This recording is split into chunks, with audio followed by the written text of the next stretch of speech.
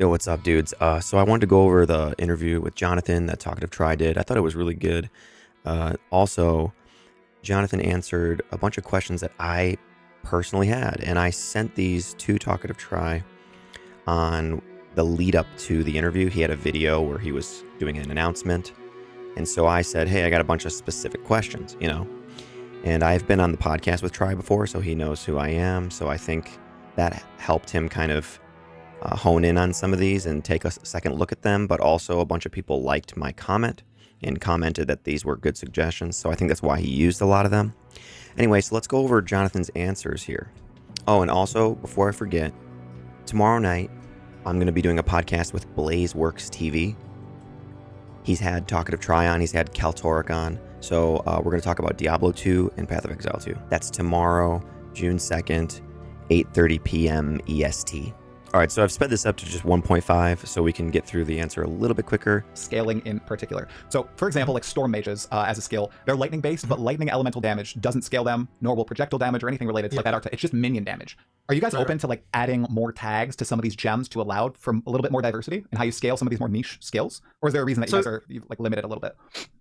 Yeah, and so this was specifically one of my questions, and I used the Storm Mages as the example for this. It doesn't mean, hey, I want Storm Mages to just be scaling with all these things. I'm using that as the example to have like a general philosophy of scaling so that they can expand that out and have more skills scale with multiple things. That's what the question I had was. I actually am open to that particular case. Like that particular case is one that I was actually heading for, but he wanted that actually, or he's something he's thought about previously. Every stat that existed in PoE1 is still in the PoE2 code base. And in theory, a designer they don't want those stats to be broken because like they might want to use them, right? And so what that means is that every single stat sort of like changing the way that thing works. It's like, not only are we supporting all the stats that currently exist in PoE2, but every single stat that ever worked in PoE1 is also getting maintained in this code base because they're all still there. And yeah, so he's basically saying a lot of the scaling and stuff is from PoE1. And so we didn't have to like make it from the ground up again. So I thought that was kind of interesting. It's not so much that they haven't thought of doing this. It's just like it would be a lot of work to rework all of it. But would it make the game better? Would it make more build variety? I think so. So I don't know. Maybe they wouldn't do this then, basically just because this would create a lot of work. But I don't understand how you couldn't just like add on these tags. Like skeletal mages are now also considered lightning elemental. So then all the lightning elemental nodes now work. Like, is that really that hard to implement? I don't know. I guess apparently it is. It's an option that we have and one that I'm willing to explore. I'm curious about, because personally, going into PoE2, I thought I was going to use weapon swap so much, dude, and I ended up not. I completely agree when Talkative Tri said that. Here's another one of my questions too about weapon swap. One of my first critique videos for Path of Exile 2 was, why is this weapon swap penalty in the game? Because the game is supposed to be about making combo builds, and you're penalizing players who want to use a different weapon on swap by having this delay penalty that gives this short little delay for when you choose another skill. And for melee builds that are doing attacks and stuff, it's a lot more fun if you grab those nodes that give you the weapon swap speed, or you get an enchant on gloves or like maybe something on jewels. But it's only in one section of the tree, and you have to like invest in it. And I just think that's kind of stifling. What I wanted to do was to make it scale with attack speed. But as soon as we said that, we're like, okay. So like the theory was, it sounds so easy, right? Like, okay. So that's interesting. He said, I wanted to make it scale with attack speed. So he didn't want to have weapon swap speed as a stat. He just wanted you to have attack speed, and then that would just do it. But then, like, what if you want something on swap that isn't attack speed based, right? So I don't understand that exactly. I think attack speed or cast speed would work at the same time. I guess it would have to depend on what you're using. Like, because it would be weird because you would have to read what the spell speed or attack speed is of the thing you're going to swap to. Like, that's what they would have to do then. And I wonder if that would be kind of tricky. So like when you grab the 3 nodes that have weapon swap speed on a Titan, because you get hulking form with it, that feels fine. So why don't you just make that how it works and then just forget about weapon swap speed? The penalty would be pretty small at that point. But I don't know. I think they should just kind of remove the. He doesn't want to remove it entirely, but maybe you should make it a lot faster and then just kind of not worry about it as a thing you need to scale. Okay, right. So whatever weapon you're switching to, you look at the attack speed of that. 'Cause you want the local attack speed modifiers to work, right? Like that's the first thing. Is you can't just use global attack speed. It won't scale enough. It has to work with the weapon that you're actually swapping to. And so then you're like, okay, so sure, you look at the local attack speed mods of that weapon, and that should be able to make it work. But then it's like, okay, so what happens then when the thing you're swapping to is a staff? It doesn't have attack speed mods. It's like a different thing. It's like, okay, shit, what do we do now? There's like questions there. Well, yeah. So then you would have to just go on the spell speed, the cast speed instead. But like I said, this is just overcomplicating it. Why don't you just make it faster, and then it doesn't have to be instant, but it just has to be faster. That's all. You just do that, and then it'll probably feel a lot better. 0-3 if we can. I just need to sort of see like exactly how it can work. But yeah, I agree. There's a problem, and we need to fix it. I will Okay, so he agreed. There's a problem. It seems like attribute requirements are super high for some items and even some gems. Are you guys aware that they might be? I don't even think it's that much. I think it's like maybe 10-15% too high. Are you guys looking into adjusting that at all? Mm-hmm. So you okay with that? This is another one of those things that I kind of was thinking about. So I was kind of like, okay, I think what it comes down to is this: if you are playing a strength character, and should it be the case that you don't have to worry about attribute requirements for strength gear, or should you still sometimes run into something where you're like, okay, I need to allocate a bit more extra strength for this? Like, should this be the case or not? It's currently kind of balanced to a point where it's like, you know, like you have to occasionally care about attribute requirements. And what that means, of course, is that if you then want to splash into something else from a different character, that's like relatively harder, right? And so I was sort of thinking about this, and I was like, I might be open to lowering it a little bit down for gems, but it's possible we overshot a little bit for the gems. I think for the gear, it's okay. I don't think that we've got like a huge problem there necessarily. I feel like that would be a good compromise to try right now for early access. Take down the gem level requirements for strength, dex, and intelligence. Leave the gear and see how it goes. I think that would be fine because that way the stat that gives you reduced attribute requirements on gear would still be pretty valuable. The gems, yeah, there's just so many times where you might want to insert a type of skill into your build to kind of make it your own, but you cannot because the attribute requirements are just too high. If you're playing a build that sticks within the confines of the archetype, it's easy. Like if you're just doing a bow character, you just get a bunch of dex. Everything you equip needs dex. It's fine. You don't ever have to really worry about it. But once you start adding in multiple things, like my build on Dawn of the Hunt uses a spear and a shield, and then on swap a quarterstaff. So I need intelligence and dexterity. And then I did need some strength.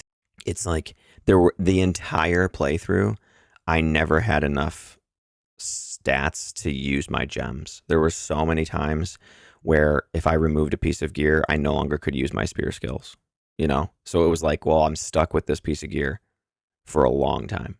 So yeah, I think those should bring it down because what really makes the build different is really what skills you end up using, you know, and how you combine them.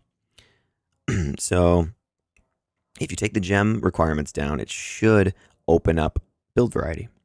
Necessarily, although there are maybe a few cases where like people would argue that it's not right. I could definitely see the argument for gems coming down a little bit. It's one of those things that I want to definitely have another look at because it's something that we can definitely sort of think about changing for sure. The main thing is just making sure that people can run builds, but on some level there is intended to be an optimization problem, right? It's like, okay, you got to be thinking like, okay, if I want to do this and use off-class thing, it's like now I'm making a sacrifice somewhere else. Like having to allocate the attributes is what prevents you from making a build that's just literally the best thing from every class on one build. Like that would be an ultra dominant. Like the attributes. Okay, so I just don't agree with Jonathan here. Be ultra dominant. Like, dude, have you seen the game? Like what people are doing in the game currently. People are currently working within the confines of tight stat requirements for skill gems and annihilating bosses in 1 second and blowing up the entire screen with like 1 or 2 skills, you know, and just some interesting support gem combinations, right?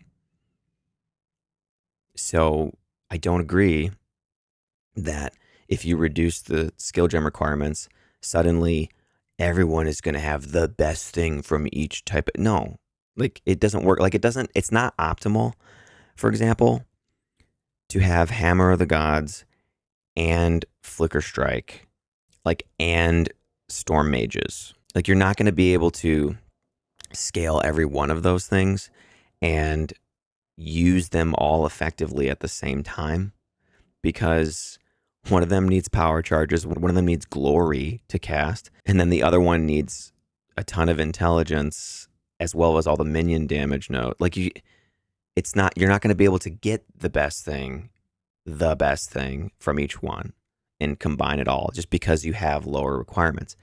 If that were the case, then the Vertex unique would be like the greatest item in the game, but it's not.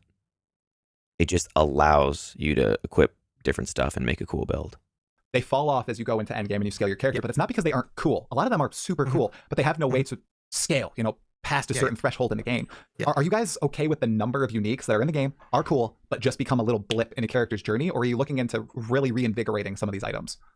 I would say, look, there are some that we definitely need to make more powerful, but I would say that like a lot of the reason is just because we started working on the lower level ones and we're only getting, like only since 010's launch, I would say have we really been focusing on the more high level stuff. And there's more of that stuff coming. We have more uniques coming. So he's basically just saying, yeah, we were working on the campaign a lot. Yeah, I guess so. There's a lot of them. There's just so many that you're just like, I don't see how this really fits into the game when you play it past campaign, right?